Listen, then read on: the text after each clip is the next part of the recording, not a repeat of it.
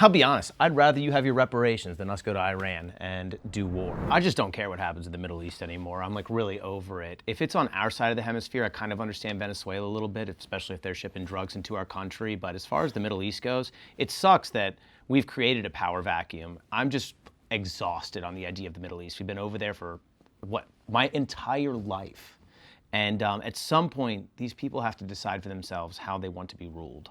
Yeah, I think being callous towards human lives is definitely not the way that we should go about it. I'm not being callous. You just said you don't give a shit about what happens in the Middle East. I think any person who has information to what's going on globally should care if people are going through atrocities. Yeah, listen, the atrocities are atrocious. Okay, That's so you care. So, the atrocities are atrocious. But as far as America is concerned, listen, I would rather, I'll be honest, I'd rather you have your reparations than us go to Iran and do war. But okay. No, and I'm not disagreeing with that we shouldn't go. I think we're in agreement there. I'm not trying to say that. I was talking about the motivation specifically. Things that we can do. Well, that's the thing that I'm a little annoyed about. Is like you went in on what I think of humanity. Obviously, that's horrible. But as far as politically speaking and America logistically, I don't think we should be going into the Middle East anymore. Agree. So 100% agree with that. I also think that a big reason why we are posturing antagonistic towards Iran is our relationship with Israel. Yeah, agreed. And we need to end that as well.